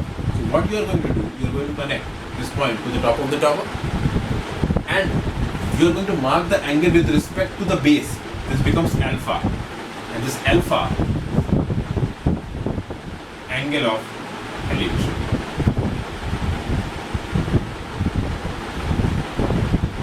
ठीक है फ्रेंड्स, तो क्या किया हमने, एक टावर खड़ा कर रखा है इस बेस पे, और इस टावर इस किसी एक पॉइंट से, मान लीजिए कोई भी पॉइंट है, यहाँ से आपने इस अपर पॉइंट का एंगल ऑफ एलिवेशन निकाला है, तो ऊपर की तरफ आपने एक लाइन खींची with respect to the base, alpha angle बना, वो क्या हो गया, एंगल ऑफ एलिवेशन। और मान लीजिए ये एक वाटर सरफेस है, मान लीजिए एक वाटर सरफेस है, और वाटर सरफेस के अंदर यहाँ पे कोई ऑब्जेक्ट पड़ा हुआ है, वाटर सरफेस के अंदर यहाँ पे कोई ऑब्जेक्ट पड़ा हुआ है। आपसे पूछा जाए कि इस पॉइंट के रिस्पेक्ट में, ठीक है, इस पॉइंट का जो कि वाटर की सरफेस के बिलो है उसका एंगल ऑफ डिप्रेशन क्या होगा।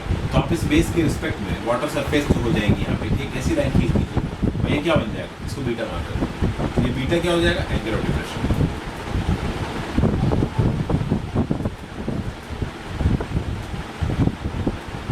So what I have said that in order to find out what is angle of depression, I suppose that this surface is a water surface and there is a thing lying down at a depth. I don't know this depth. This is some depth. Suppose h. Okay. So what I have been told, I have been told to find out the angle of depression from this point with respect to the object which is lying beneath the surface of water. So I joined this line to this line, and it is beneath this baseline, that is the surface water. So this angle becomes beta, and this beta is angle of depression. So this becomes angle of elevation. This becomes angle of depression. Friends, ऊपर वाला क्या बन गया, angle of elevation बन गया, दूसरा वाला क्या बन गया, एंगल ऑफ डिप्रेशन बन गया। यानी कि अगर एक पॉइंट से आपको एंगल ऑफ एलिवेशन खींचने को कहा जाए तो पहले तो आप उसका बेस बनाओगे, और बेस के रिस्पेक्ट में ऊपर जब आप खींचोगे तो एंगल ऑफ एलिवेशन बनेगा, और उसी बेस के रिस्पेक्ट में जब आप नीचे खींच दोगे तो क्या बन जाएगा, एंगल ऑफ डिप्रेशन। ये बेसिकली एंगल ऑफ एलिवेशन और एंगल ऑफ डिप्रेशन का कॉन्सेप्ट है। ठीक है, फॉर एग्जाम्पल मान लीजिए कहा जाए कि आपसे एक बिल्डिंग है, ये बोला गया आपसे, और आपसे बोला गया कि ये बिल्डिंग किसी बेस पे खड़ी है और बेस पे कोई पॉइंट है।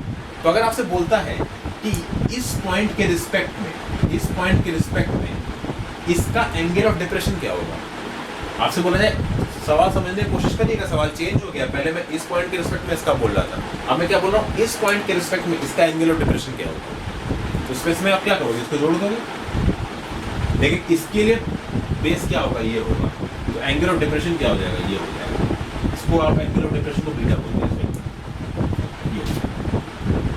क्योंकि आप इस पॉइंट के रिस्पेक्ट में बात कर रहे हैं।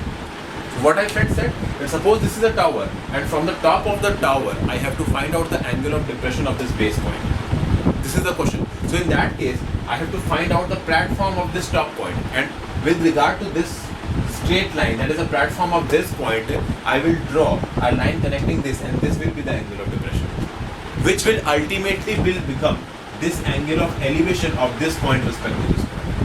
तो आप देख रहे हैं कि जो इस पॉइंट के रिस्पेक्ट में इसका एंगल ऑफ डिप्रेशन बन रहा है, वही इस पॉइंट के रिस्पेक्ट में इसका एंगल ऑफ एलिवेशन बन जाएगा। और इस तरीके की फैक्चुअल इन्फॉर्मेशन को क्वेश्चन में लाके कभी कभी हमको कंफ्यूज किया जाता है। तो एंगल ऑफ डिप्रेशन और एंगल ऑफ एलिवेशन में कंफ्यूज मत होगा। जो ऊपर की तरफ बने वो एंगल ऑफ एलिवेशन है।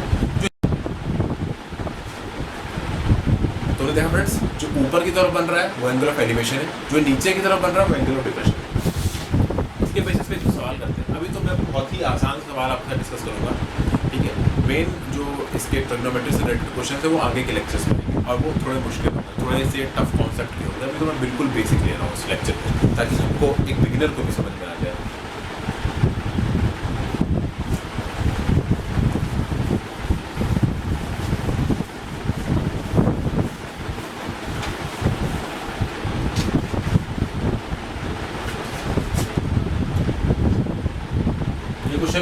अंदर लिखा हुआ है आपका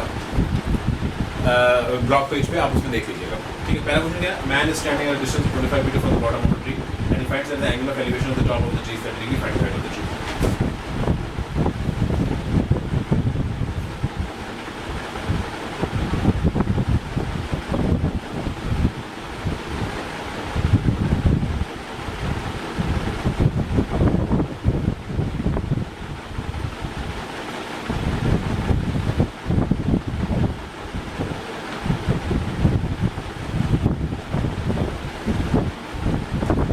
सवाल तो ऐसा है कि यार ये एक ट्री है और ट्री के बॉटम से एक मैन 25 मीटर की दूरी पर खड़ा है। ये क्वेश्चन दिया गया, ये एक ट्री है, ट्री के बॉटम से एक मैन 25 मीटर की दूरी पर खड़ा है और वो देख रहा है कि एंगल ऑफ एलिवेशन उस मैन का उस ट्री के टॉप के रिस्पेक्ट में कितना बनना है, 30 डिग्री बनना है। तो वो 30 डिग्री में बात करते हैं। यहाँ पे आपको एक चीज़ समझनी पड़ेगी कि हमने ये जो मैन है जिसकी हम बात कर रहे हैं उसकी हाइट को इग्नोर कर दिया।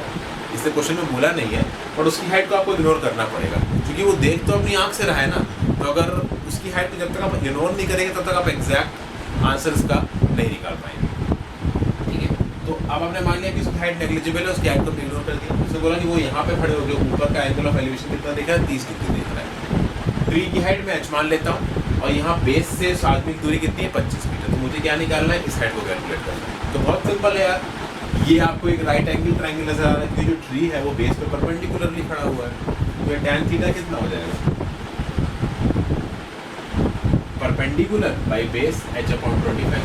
tan 30 कितना है, 1/√3 h/25। h कितना हो जाएगा, 25/√3 metre. This will be your answer. तो आपका आंसर क्या हो जाएगा, h = 25/√3 मीटर। ठीक है फ्रेंड्स, ये चीज आपको क्लियर हो गई। आगे बढ़ते हैं, अगला क्वेश्चन।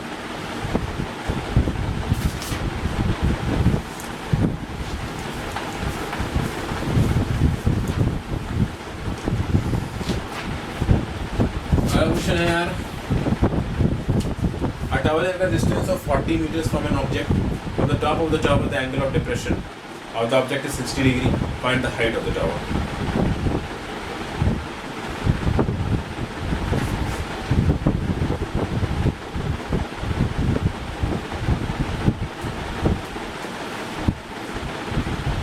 क्या बताया गया है कि यार ये एक टावर है, ठीक है। तो टावर जमीन पर खड़ा है तो 90 डिग्री के एंगल पे खड़ा होगा, और कोई ऑब्जेक्ट है जो उस टावर के बेस से 40 मीटर की दूरी पे है। ये क्वेश्चन बोल रहा है एक ऑब्जेक्ट है जो उस टावर के बेस से 40 मीटर की दूरी पे है, ठीक है। तो अब आप इस चीज़ को देखिए, ठीक है, कि यार इस पॉइंट के रिस्पेक्ट में इसका एंगल ऑफ डिप्रेशन 60 डिग्री बोल रखा है। इस पॉइंट के रिस्पेक्ट में इसका एंगल ऑफ डिप्रेशन 60 डिग्री बोल रखा है। तो मैंने आपको बताया कि एंगल ऑफ डिप्रेशन नापने का तरीका क्या होता है, इस पॉइंट को उससे जोड़ दीजिए, ठीक है। तो ये हो गया angle of depression 60 degree, but ये लाइन एक दूसरे के पैरेलल हो जाएंगे तो ये भी 60 डिग्री हो जाएगा, ठीक है। एंगल ऑफ डिप्रेशन अभी मैंने आपको बताया, इस पॉइंट के रिस्पेक्ट में इसका एंगल ऑफ डिप्रेशन क्या हो जाएगा, एक लाइन ऐसे खींच के ये 60 डिग्री हो गया तो ये एंगल ऑफ डिप्रेशन हो जाएगा। तो ऑब्वियसली बात है, this line and this line becomes parallel to each other, तो अल्टरनेट एंगल से ये भी 60 डिग्री हो जाएगा। अब हमको इस टावर की हाइट निकालनी है, तो टावर की हाइट निकालने के लिए आप क्या करोगे, tan 60 लिखोगे, जो कि हाइट बराबर डिवाइड बाई 40 हो जाएगा। tan 60 क्या हो जाएगा, √3 हो जाएगा, h/40, h कितना हो जाएगा, 40√3 मीटर हो जाएगा। So your answer h becomes 40√3 metre. So friends, what I have done in this study, the question has been told that this tower height, the height is not told, we have to calculate it. I suppose the height is h, and the distance of the bottom of the tower to an object, the object I have supposed to be placed here. The distance between the bottom of the tower and the object is 40 meters. Okay, this distance is 40 meters, and it is being told that from the top of the tower, the angle of depression to that object comes out as 60 degree. So this is the angle of depression, because from the top of the tower I took the baseline and then drew the angle of depression, that comes out to be 60 degree. So this 60, this line becomes parallel to this line, the bottom line. So this angle becomes alternate angles. So this 60, so this also 60. Then I applied the formula tan 60 is equals to perpendicular by base. Perpendicular is height, base is 40 meters. So I calculate the value of height as 40 root 3 meters. Okay friends, I hope this thing gets clear to you. Going forward.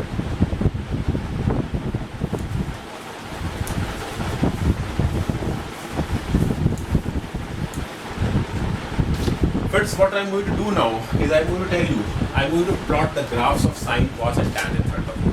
Okay? Graphs, sine, cos, tan. First sine. Okay?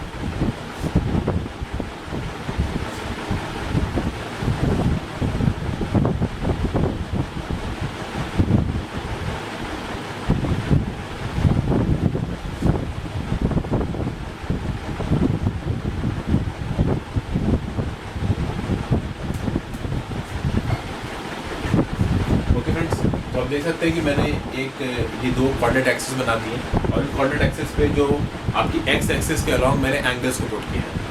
π/2 degree, pi degree, 90 degree है, 180 degree है, 270 है, 360 है, उस तरीके से -90 है, -180 है, minus आपका 270 है, -360 है। तो अब आप साइन 0 पे वैल्यू निकालिए। ठीक है, साइन 0 पे वैल्यू निकालिए। एक चीज़ याद रखिए, साइन 0 इज इक्वल टू होता है 0 और 0 इज इक्वल टू होता है 1। ठीक है, तो ऑब्वियसली बात है, इस बेसिस पे आप कह सकते हो कि tan 0 कितना हो जाएगा 0, because tan 0 is equal to sin 0 upon cos 0। वो जो मैंने वहाँ पर टेबल बताया था, वहाँ पर मैंने आपको 0 की वैल्यूज़ नहीं बताई, तो 0 की वैल्यूज़ कुछ ऐसी है। cos 0 कितना है 1 है। इस तरीके से याद रखिएगा कि cos 90 कितना होता है 0 होता है, तो cos 0 कितना हो जाएगा 1 हो जाएगा। सिमिलरली sin 90 कितना होता है 1 होता है, sin 0 कितना हो जाएगा 0 हो जाएगा। और अगर आपको cos 0 sin 0 याद रह गया तो आप tan 0 तो निकाल ही दोगे। ठीक है, तो sin 0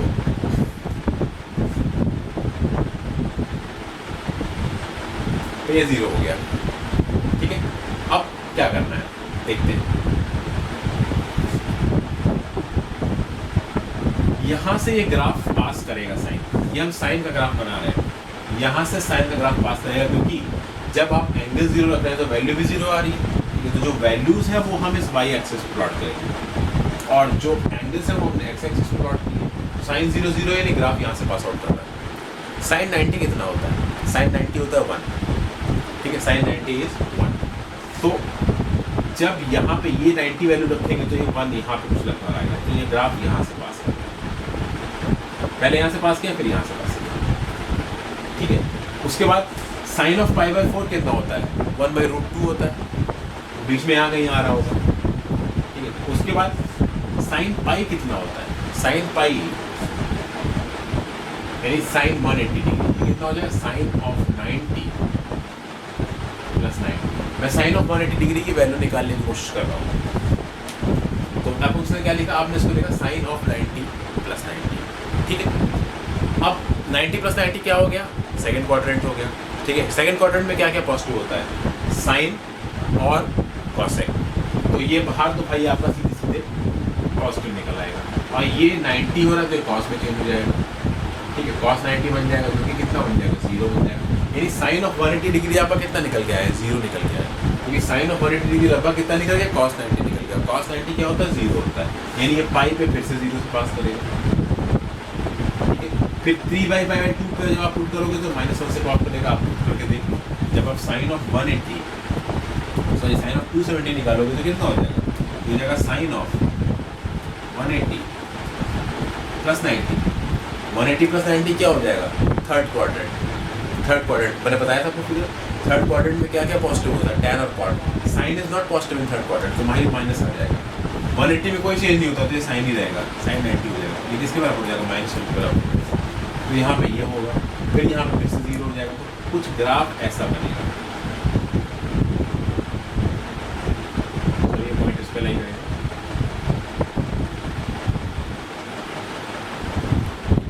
सिमिलरली जब आपको इस तरफ खींचोगे इसे तो कुछ ऐसा बनेगा।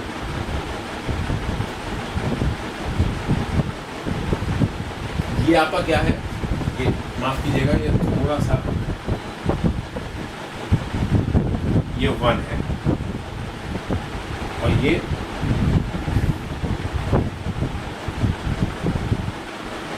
-1। This is the graph of sine theta. ये साइन थीटा ग्राफ है।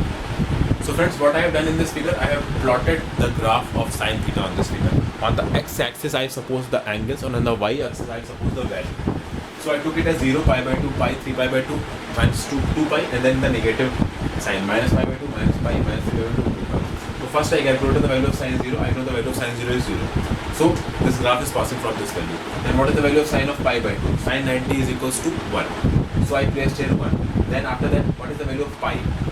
The value of pi is 0, so it again becomes 0. Then 3 pi by 2 is -1, then 2 pi again 0. And similarly in the reverse fashion it is also being like this. And obviously this is not a linear equation, because you know these angular functions, they are not linear, they are curve. So this is a curve being drawn here. So this is the curve of sin theta. This is the curve of sin theta. Similarly,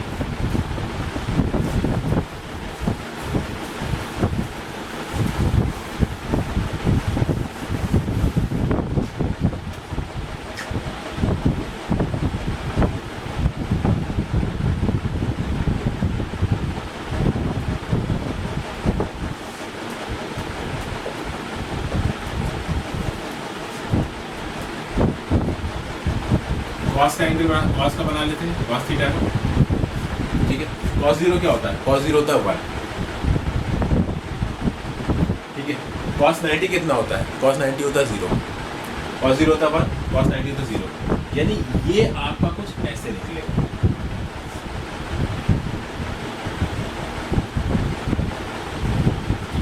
obviously बात है, ये आपका 1 है और ये आपका -1, और इन्हीं के बीच में घूमता जाएगा।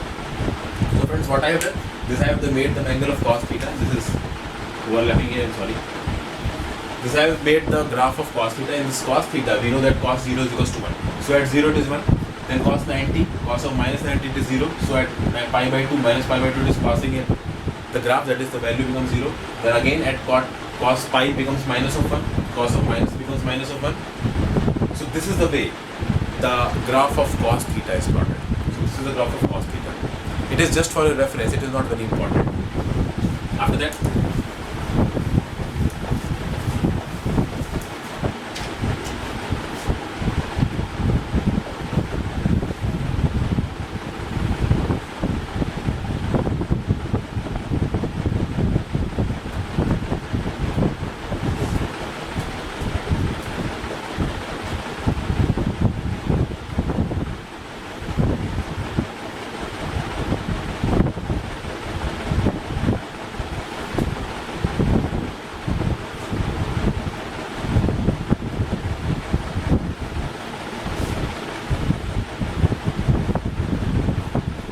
now tan 0 is 0, tan pi by 4 is 1.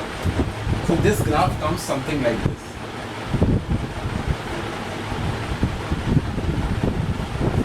This graph comes something like this.